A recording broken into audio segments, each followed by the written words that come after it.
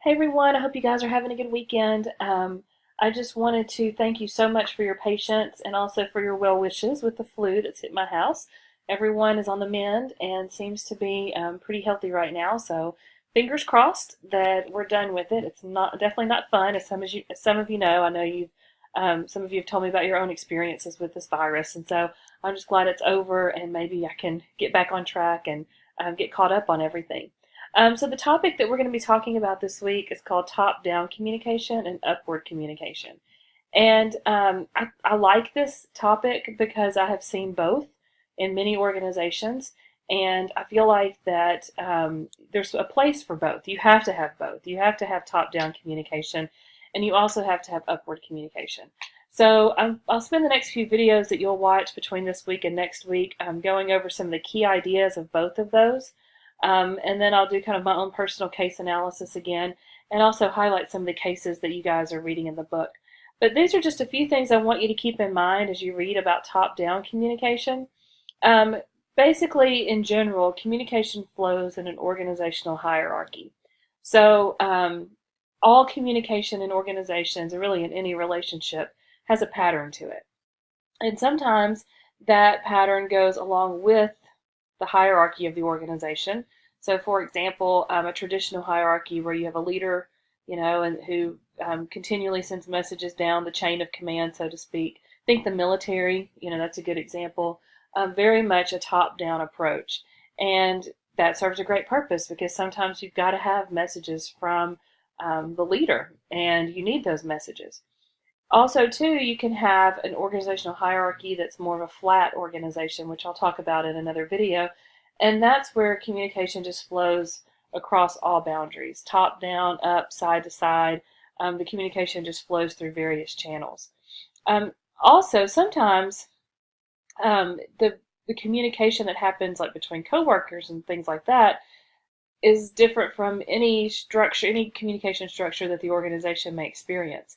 So, for example, an organization that has a top-down approach to communication, coworkers talk. They talk to each other. They talk across teams. And so where the formal channel may be a top-down, the informal channel may not be. It may be side to side. So it's just important to know kind of what the flow of that communication looks like.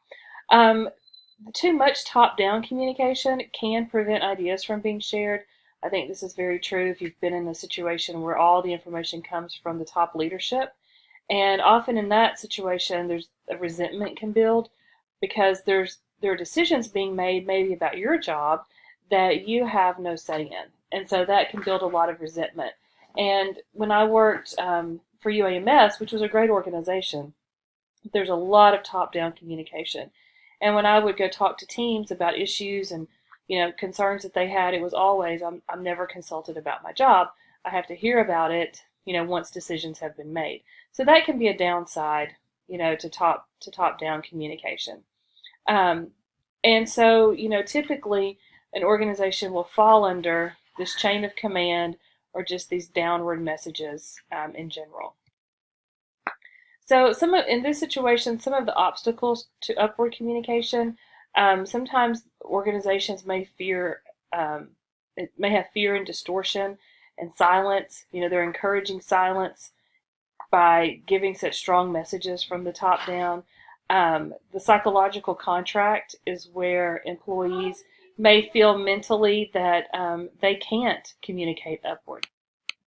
So they've created, from a psychological perspective, this perception that no one can communicate upward. You may also find that there's ineffective channels and responses, that the channels just aren't there to allow for upward communication. And that happens often in organizations where leaders haven't allowed for that. They haven't allowed for that type of communication, so the channels just don't exist to allow it to happen. One thing that I thought was interesting about this unit, there's a chart, and I'm getting the page number for you right now. On page 99, it's chart 4.1. And I think this is a perfect example of how the same message can be distorted at different levels of the organization. So if you look at 4.1, it starts with the CEO's, it starts with the employee's message, and then it ends with the CEO's interpretation. And this is often what happens in an organization where top-down communication is primarily used, and the upward communication gets distorted along the way. So the employee says that a new computer system is a terrible idea, it slows production.